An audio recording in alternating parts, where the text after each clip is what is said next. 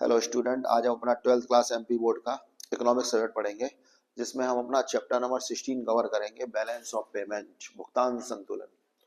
पहला क्वेश्चन है हमारा, question number 1, what do you mean by balance of payment?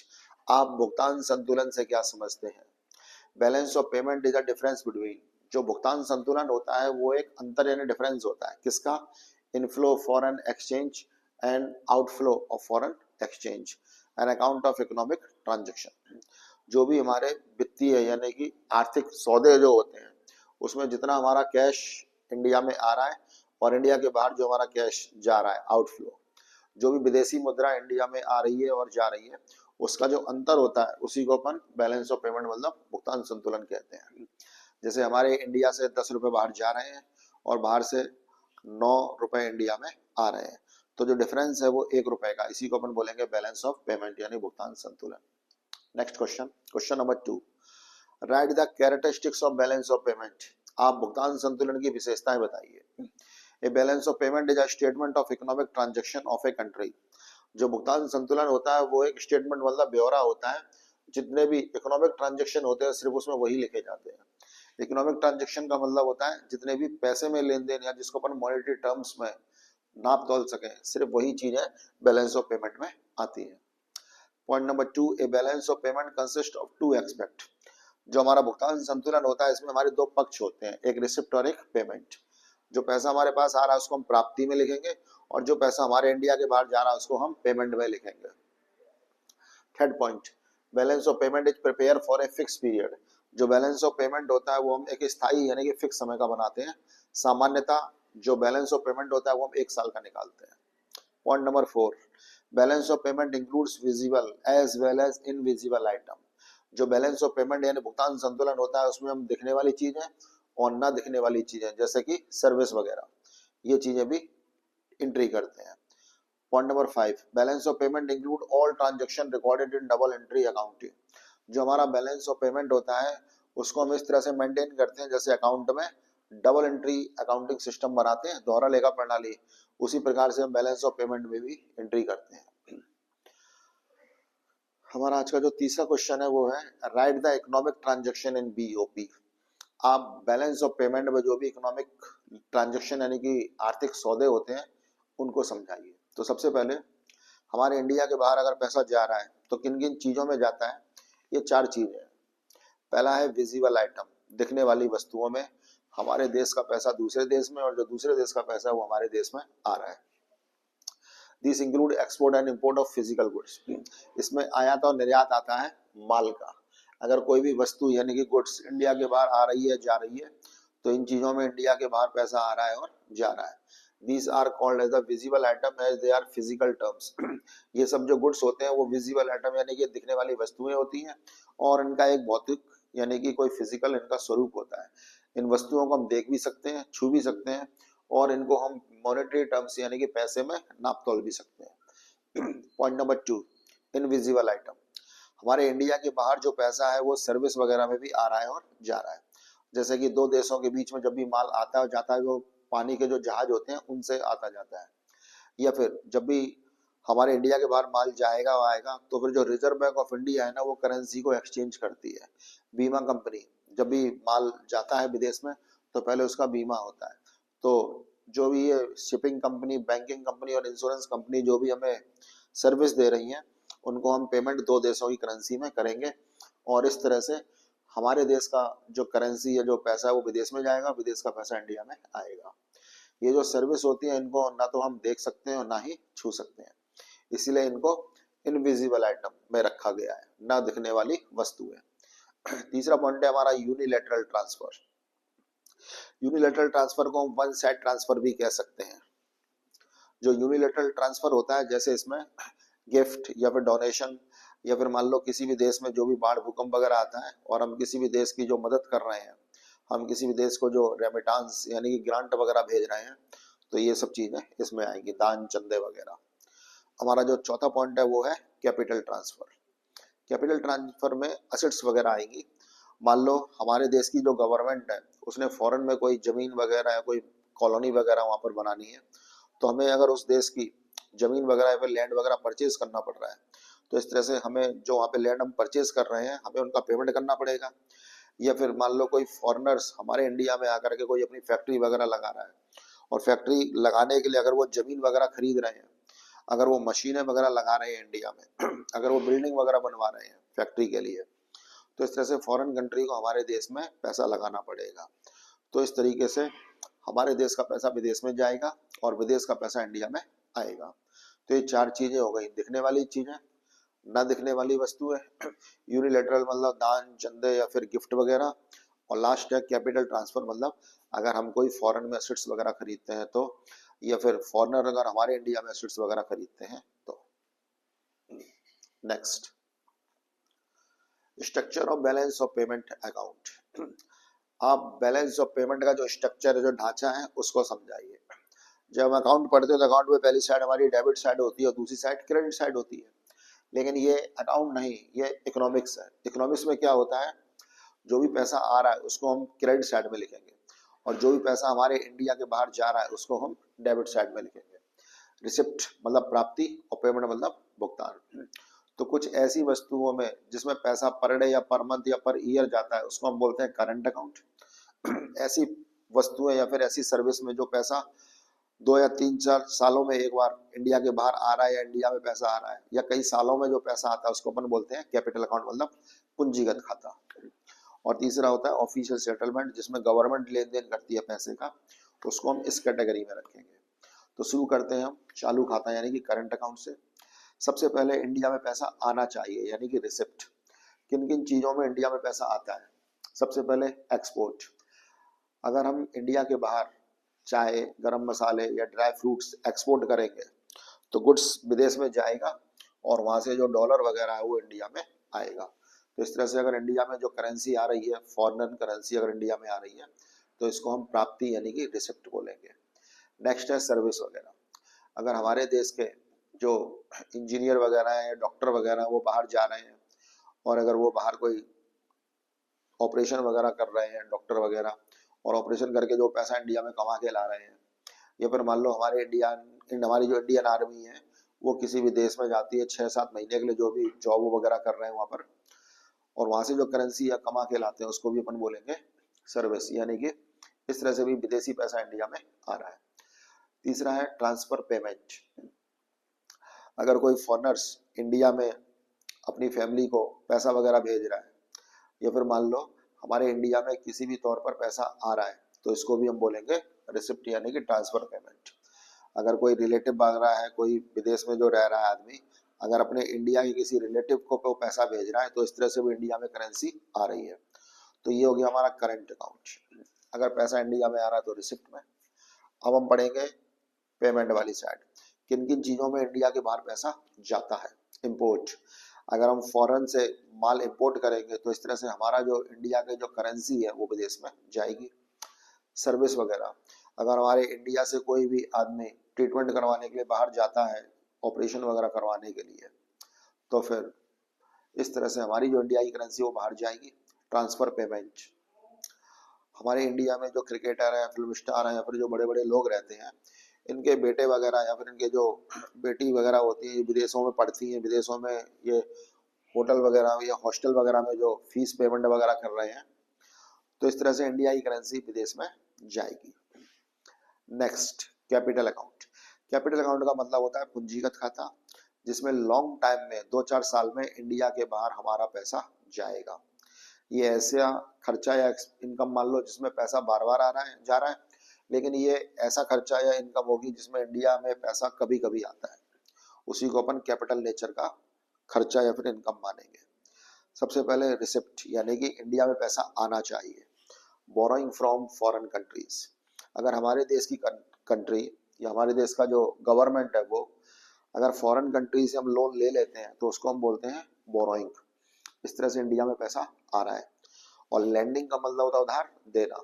अगर हम किसी देश को लंबे समय के लिए 5-10 साल के लिए अगर लोन दे देते हैं तो इस तरह से इंडिया की करेंसी बाहर जा रही है, तो इसको हम पेमेंट साइड में रखेंगे। Direct investment by foreign countries, अगर कोई फॉरेनर इंडिया में आ रहा है, इंडिया में कोई जमीन वगैरह खरीद रहा है और इंडिया में कोई फैक्ट्री वगैरह लगा रहा है वो, तो इस तरह से फॉरेन कंट्री को हमारे इंडिया में जमीन वगैरह खरीदनी पड़ेगी, बिल्डिंग बनानी पड़ेगी, मशीनें खरीदनी पड़ेंगी, तभी वो पैसा इंडिया में लगा पाएंगे। तो इस तरह से फॉरेन करेंसी इंडिया में आएगी। और अगर हमारे देश के इन्वेस्टर्स विदेश में जा रहे हैं, विदेश में जमीन खरीद रहे हैं, प्लांट वगैरह लगा रहे हैं, तो इस तरह से हमारी जो इंडिया की करेंसी है वो फॉरेन में जा रही है और वो लॉन्ग टाइम के लिए जा रही है, तो इसको अपन कैपिटल अकाउंट में रखेंगे। और जो तीसरा होता है वो हमारा होता है ऑफिशियल सेटलमेंट अकाउंट। इसमें हमारे देश की जो गवर्नमेंट है, जो सरकार है, वो गोल्ड वगैरह में जो भी लेन देन वगैरह कर रही है, उसमें इंडिया में पैसा आता और जाता है। नेक्स्ट क्वेश्चन हमारा question number 5, meaning and component of current account. आप करंट अकाउंट के कंपोनेंट बताइए। करंट अकाउंट मतलब चालू खाता होता है, और इसके जो कंपोनेंट यानी कि तत्व होते हैं, एलिमेंट होते हैं, वो कौन कौन से होते हैं वो आपको बताने हैं। Current account of BOP records all those transaction between the residence of a country. जो चालू खाता होता है उसमें हम सारे के सारे बैलेंस ऑफ पेमेंट रिकॉर्ड करेंगे। हम वो सारी चीजें इसमें रिकॉर्ड करेंगे जो इंडिया में जो निवासी है, हमारे जो मूल निवासी माने जाते हैं, and rest of the world, हमारे इंडिया के लोगों में और जो रेस्ट ऑफ वर्ल्ड में जो भी लेन देन होता है वो सब हम इसमें रखेंगे। इससे हमारी जो असेट्स और लायबिलिटीज है उस पर कोई प्रभाव नहीं पड़ता है। The component of this type are, तो जो करंट अकाउंट के जो कंपोनेंट है वो चार चीजें वही है सेम जो मैंने आप लोगों को ऊपर समझाई थी। किन किन चीजों में इंडिया के बाहर पैसा आ रहा है और जा रहा है। सबसे पहले है export and import of goods. ये तो गुड्स में पैसा आएगा और जाएगा, ये विजिबल आइटम में हम रख रहे हैं। या फिर सेवाओं में यानी कि सर्विस में इंडिया के बाहर पैसा आएगा जाएगा, इसको हम इनविजिबल आइटम में रखेंगे। इसके बाद है दान चंदे वगैरह, रेमिटेंस वगैरह जो होता है, डोनेशन या गिफ्ट वगैरह, यूनिलेटरल ट्रांसफर मतलब वन साइड जो ट्रांजैक्शन होते हैं, इस तरह से भी इंडिया के बाहर पैसा आएगा और जाएगा। और लास्ट है इन्वेस्टमेंट। अगर हम विदेश में कोई जमीन खरीदें या फिर विदेशी आदमी अगर कोई इंडिया में जमीन वगैरह खरीद रहा है, तो इस तरह से इंडिया का पैसा बाहर जाएगा और बाहर का पैसा इंडिया में आएगा। तो इन चार चीजों को अपन किस में रखेंगे, करंट अकाउंट में रखेंगे। ये करंट अकाउंट के कंपोनेंट होते हैं। Next question number 6, what do you mean by capital account and it component. आप पूंजीगत खाते से क्या समझते हैं और इसके तत्व यानी कि एलिमेंट बताइए। कैपिटल अकाउंट वो खर्चा या फिर वो हमारी इनकम हो सकती है जो कि लॉन्ग टाइम के लिए, ऐसा पैसा जो इंडिया में कई सालों में आ रहा हो या फिर इंडिया के बाहर कई सालों में एक बार जाता हो। और ये जो लेन देन है ना, वो निवासियों के द्वारा या फिर जो शेष भारत है या फिर जो शेष मतलब रेस्ट ऑफ द वर्ल्ड है, उनमें जो भी लेन देन हो रहा है, इससे हमारी असेट्स और लायबिलिटीज पे इम्पैक्ट यानी कि फर्क पड़ेगा। Capital account is related to assets and liabilities of financial nature. जो पूंजीगत खाता होता है, ये हमारी असेट्स और लायबिलिटीज पे इफेक्ट डालता है। इसमें क्या क्या चीजें आती हैं, बोरोइंग एंड लेंडिंग। अगर हम विदेशों से पैसा उधार ले रहे हैं लॉन्ग टाइम के लिए, 8-10 साल के लिए, तो फॉरेन करेंसी इंडिया में आएगी। और अगर हम फॉरेनर यानी कि विदेशी या फिर विदेशों को हम लोन दे रहे हैं, तो इसको हम बोलते हैं लेंडिंग। इस तरह से हमारा पैसा इंडिया के बाहर जाएगा और लॉन्ग टाइम के लिए चला जाएगा। इन्वेस्टमेंट, अगर हम बाहर फैक्ट्री वगैरह या फिर बाहर जमीन वगैरह ले रहे हैं तो इंडिया की करेंसी बाहर जाएगी। और अगर कोई विदेशी आदमी इंडिया में जमीन खरीद रहा है, कोई प्लांट वगैरह लगा रहा है, तो इस तरह से जो विदेशी करेंसी है वो इंडिया में आएगी। नेक्स्ट है changes in foreign exchange reserve. जो आरबीआई है उसके पास जो भी करेंसी वगैरह रहती है वो भी घटती बढ़ती रहती है। तो ये सारी की सारी चीजें हम कैपिटल अकाउंट में रखेंगे। Next, explain official settlement account और official reserve account. Official settlement account में हमारे देश की जो गवर्नमेंट है, वो जो भी गोल्ड वगैरह स्टॉक वगैरह उसके पास जो होता है, वो फॉरेन करेंसी में जो भी हम लेन देन वगैरह, अपनी जो सिक्योरिटी वगैरह जो हम एक्सचेंज वगैरह करते हैं, ये सारे काम कौन करता है, सेंट्रल बैंक यानी कि रिजर्व बैंक ऑफ इंडिया करता है। तो एक साल में दो देशों के बीच में जो भी लेन देन होता है, और ये लेन देन कौन करेगा, गवर्नमेंट करेगी, तो उसी को हम ऑफिशियल रिजर्व अकाउंट कहते हैं। नेक्स्ट क्वेश्चन, इस चैप्टर का सबसे इंपॉर्टेंट और मेन क्वेश्चन ये है, question number 8, right the difference between balance of trade and balance of payment. आप बैलेंस ऑफ ट्रेड यानी कि व्यापार संतुलन और बैलेंस ऑफ पेमेंट मतलब भुगतान संतुलन से क्या समझते हैं। तो इसमें हमारे जो डिफरेंस है वो पहला है balance of trade refer to difference between the value of visible export and import of the country. जो बैलेंस ऑफ ट्रेड है वो दो देशों के बीच में जो भी इंपोर्ट और एक्सपोर्ट है उसके अंतर को दिखाता है। और जो इंपोर्ट और एक्सपोर्ट होता है वो किन का होता है? वस्तुओं का। वो वस्तुएं जो हमें दिखाई देती है। जबकि बैलेंस ऑफ पेमेंट में क्या होता है? बैलेंस ऑफ पेमेंट मतलब भुगतान संतुलन में ये एक सिस्टमेटिक रिकॉर्ड होता है all economic transaction of a country. दो देशों के बीच में जितनी भी करेंसी आई है और विदेश में गई है उन सबका जो डिफरेंस होता है उसको हम बैलेंस ऑफ पेमेंट में रखते हैं। इसमें अपनी वही चार चीजें रखेंगे: visible item, invisible item, unilateral transaction और इन्वेस्टमेंट मतलब जो हमारे कैपिटल ट्रांजैक्शन होते हैं वो। तो इन चारों चीजों को जिसमें हम इंक्लूड करते हैं उसको अपन बोलते हैं बैलेंस ऑफ पेमेंट। तो किन किन चीजों में इंडिया के बाहर पैसा गया है और इंडिया में पैसा आया है उसका जो डिफरेंस होता है उसको अपन बोलते हैं balance of payment. Nature of item, जो बैलेंस ऑफ ट्रेड होता है उसमें हम सिर्फ विजिबल आइटम यानी कि जब भी हम बिजनेस वगैरह करते हैं, व्यापार वगैरह करते हैं तो इसमें हम दिखाई देने वाली चीजों में व्यापार वगैरह करते हैं। जबकि बैलेंस ऑफ जो पेमेंट होता है उसमें विजिबल और इनविजिबल, यूनिलेटरल और जो कैपिटल आइटम है वो चारों के चारों चीजें इंक्लूड की जाती है। तो हमारा जो तीसरा डिफरेंस है वो है बैलेंस ऑफ ट्रेड का जो एरिया होता है वो छोटा होता है, नैरो होता है। जबकि जो बैलेंस ऑफ पेमेंट है उसमें हमारी ये चारों चीजें आ जाएंगी: विजिबल, इनविजिबल, यूनिलेटरल और कैपिटल ट्रांजैक्शन। इसलिए इसका एरिया वाइड यानी कि बड़ा होता है। नेक्स्ट, बैलेंस ऑफ ट्रेड में हमारा जो ट्रेड है वो बराबर भी हो सकता है हमारे जो एक्सपोर्ट है वो ग्रेटर हो किससे? इंपोर्ट से। और ऐसा भी हो सकता है कि हमारे जो एक्सपोर्ट है वो लेस रह जाए किससे? इंपोर्ट से। तो जो दो देशों के बीच में जो बिजनेस होता है हो सकता है वो एक्सपोर्ट ज्यादा हो सकता है कि इंपोर्ट ज्यादा हो, और हो सकता है कि हमारा जो एक्सपोर्ट और इंपोर्ट है वो इक्वल हो जाए। लेकिन जो बैलेंस ऑफ पेमेंट है ना वो हमेशा फेवर यानी कि बैलेंस में ही रहना चाहिए। और अगर ऐसा नहीं होता है तो फिर लास्ट में जो आरबीआई या रिजर्व बैंक ऑफ इंडिया है वो इसको आकर के बराबर करने की कोशिश करती है। नेक्स्ट, फिफ्थ नंबर पॉइंट, जो हमारा बैलेंस ऑफ ट्रेड है ना वो हमें सारे के सारे ट्रांजेक्शनों की पूरी जानकारी नहीं देता है।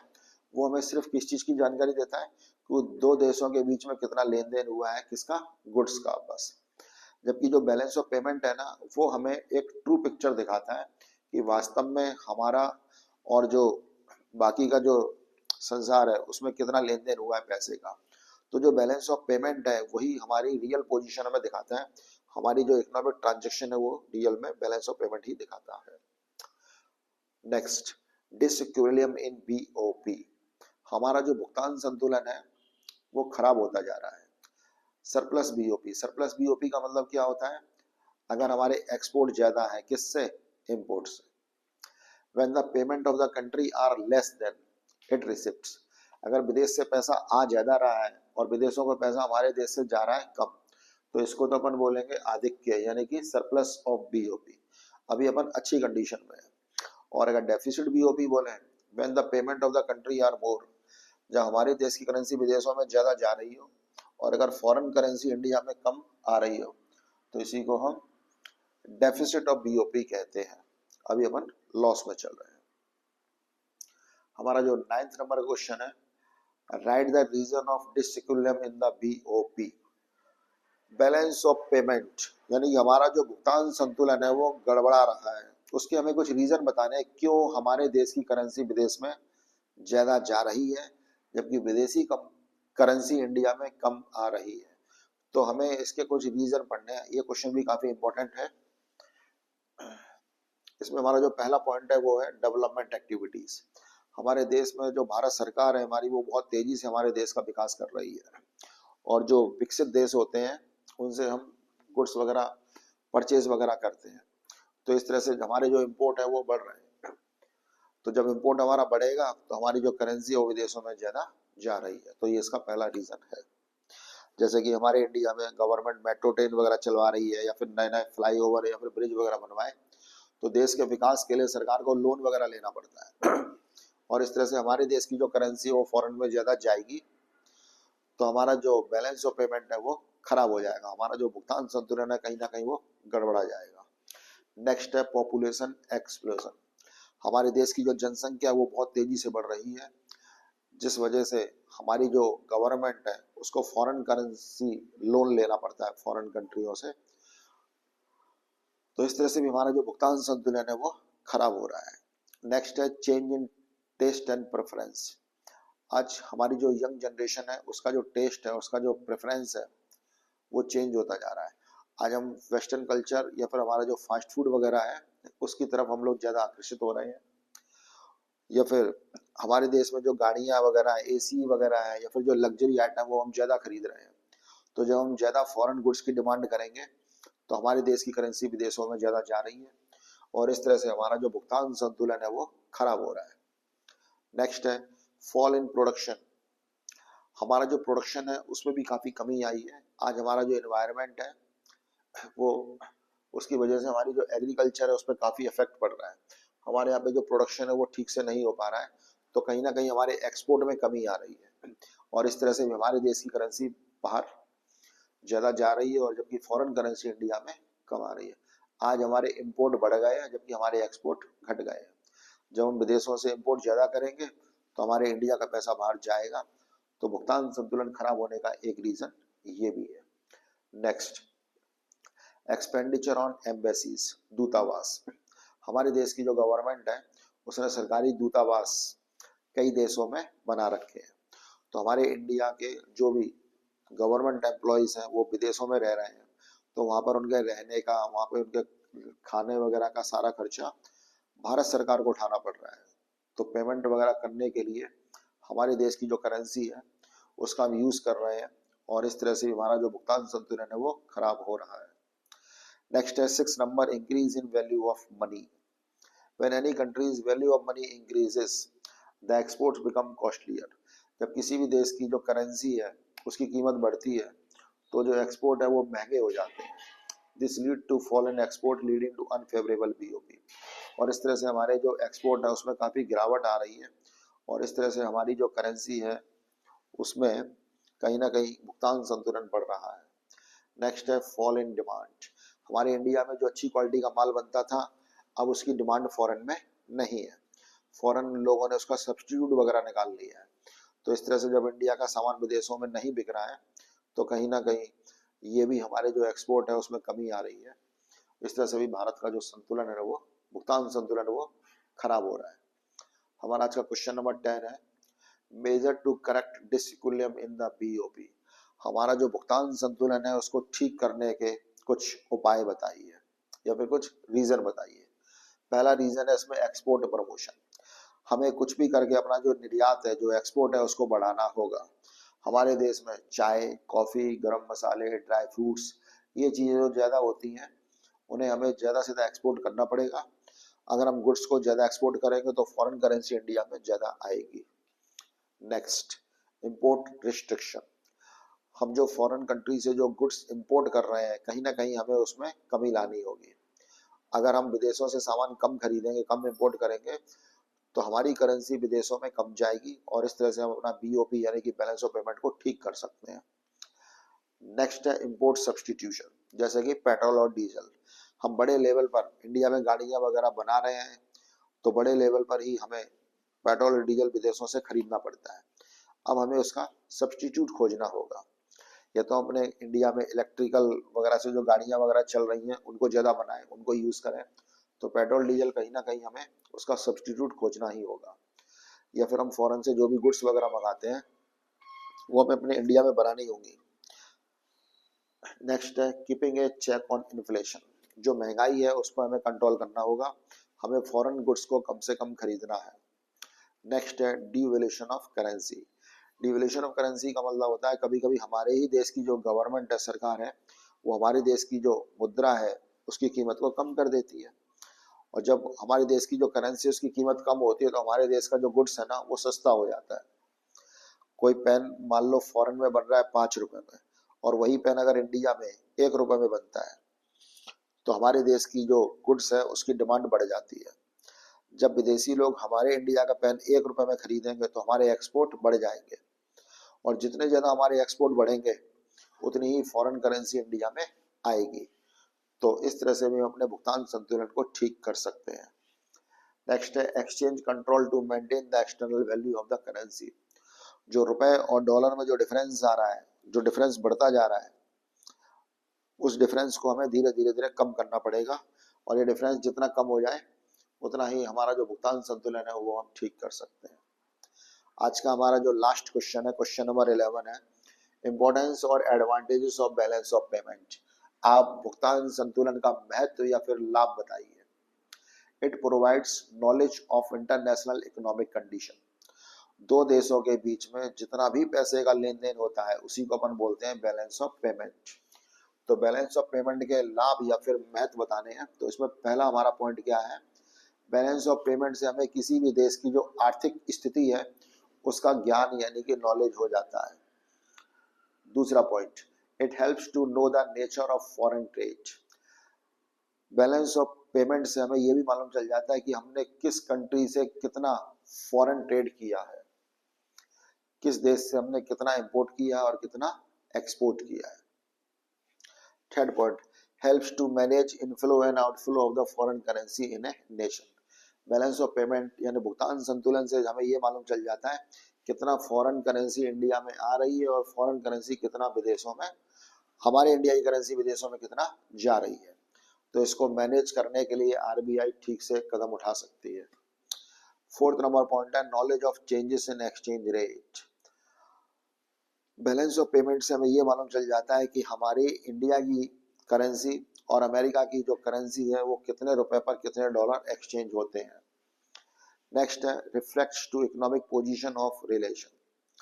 हमें बैलेंस ऑफ पेमेंट से ये भी मालूम चल जाता है कि हमारी जो इकोनॉमिक पोजीशन है वो क्या है, हमारे देश की करेंसी विदेशों की तुलना में मजबूत है या फिर कमजोर है। Next point number 6, helps to make timely changes in country domestic trade. अगर हमारा भुगतान संतुलन खराब हो रहा है तो हम उसको टाइम से चेंज कर सकते हैं और हमारे देश का जो व्यापारिक जो घरेलू ट्रेड है हम उसको बढ़ा सकते हैं। तो स्टूडेंट आज हमने अपना एक चैप्टर और कवर किया है, chapter number 16 balance of payment. मिलते हैं हम नई क्लास में।